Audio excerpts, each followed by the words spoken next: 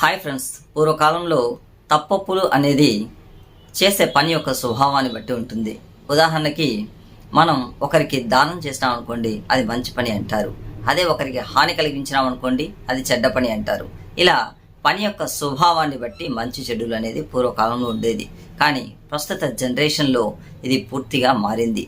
మనిషి తనకు నచ్చితే అది మంచి పని, తనకు నచ్చకపోతే అది చెడ్డ పని, తనకు నచ్చితే మంచివాడు, తనకు నచ్చకపోతే చెడ్డవారు, ఇలా డీవియేషన్స్ చూపించడం మొదలుపెట్టాడు. దీనికి ఉదాహరణగా సపోజ్ ఒక అమ్మాయి ఒక అబ్బాయిని పెళ్లికి ముందు ప్రేమించింది అనుకోండి.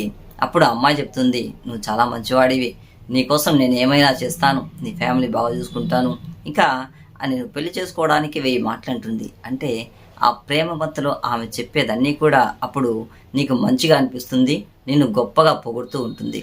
అదే పెళ్ళైన తర్వాత తనకు కష్టం వచ్చినప్పుడు, నువ్వు చెడ్డవాడివి, నా జీవితాన్ని నాశనం చేసేసావు, నీ మాట విని నా జీవితం నాశనం అయిపోయింది, నా ఫ్యామిలీని నేను దూరం అయిపోయినాను, ఇట్లా 1000 మాటలు మీ గురించి రివర్స్లో నెగటివ్గా మాట్లాడుతుంది. అంటే పెళ్ళికి ముందు నచ్చిన నువ్వు పెళ్ళైన తర్వాత నచ్చకపోవడానికి కారణం ఆమె యొక్క ఇష్టాలను బట్టి నీ యొక్క పనితీరును ఆమె ఏం చేసింది, చెడు మంచి అని నిర్ణయించడం మొదలుపెట్టింది.